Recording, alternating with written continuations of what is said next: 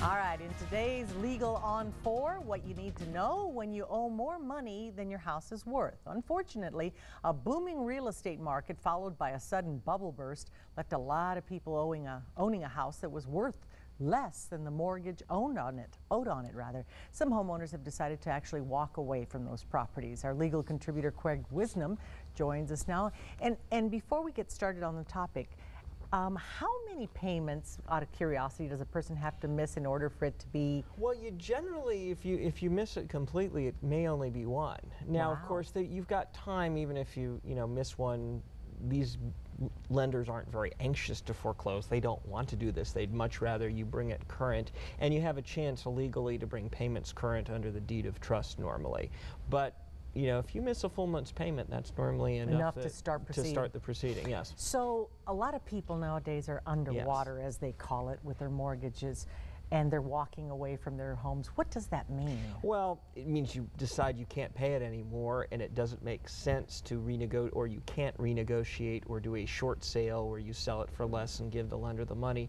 And so a lot of people feel that's their only option. That may be the only thing the lenders will work with them on. Just walk away. Now that means, of course, that they owe some money. They've got the home in the hands of the lender at this point, and the lender has to foreclose.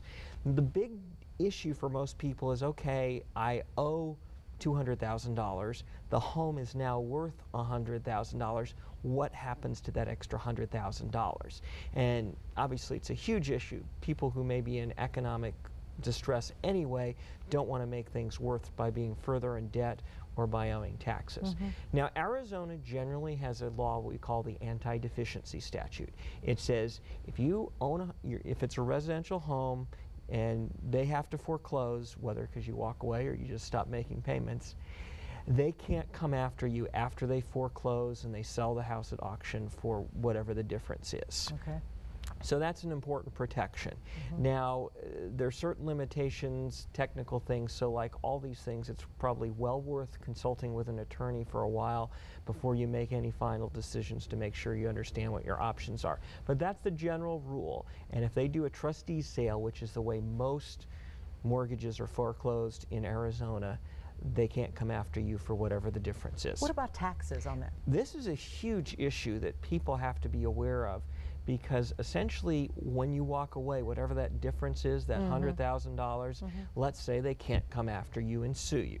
That's a good thing, right? They can't, come after you on that difference. But that is generally taxable income to you because you owed money, you received that extra $100,000 that now you're not going to be able to pay back. Well, this is when the IRS steps in and says that's taxable income. So that can be a real nightmare for people when this happens. They walk away, they get it foreclosed on, whatever the situation, and suddenly you've got a letter that the IRS gets saying that you've got a lot more income that you're going to owe taxes on. So what do you do? Well, the important thing is that Congress did put in a Band-Aid to deal with this that runs from 2007 through the end of 2012. It says during that time period, if it's your principal residence, and if it's either the money you borrowed to buy the home or build the home or a refinancing of that loan, that's not going to be taxed as income. So it's a special temporary rule that will protect people. But for instance, it doesn't necessarily apply to a home equity loan. So if you take out money to buy, a TV or to buy a car or something like that, or to refinance your debts into a home equity loan, that may be something that's not protected and you owe income tax on it. If a house is underwater like that, at some point it's not going to be. Won't it come back to? Absolutely. This you just is have not to hang in there. Exactly. This is when people are considering whether that's an option or not. And there's a great deal of people who know, hey, it's my home, we're going to stay here, we can afford it, eventually it'll come back. The underwater doesn't really make a difference to them.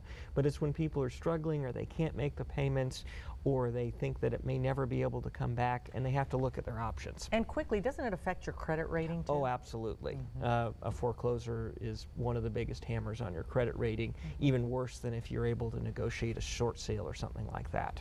Okay. All right. So, thank you so much, Craig. You're welcome. Appreciate it.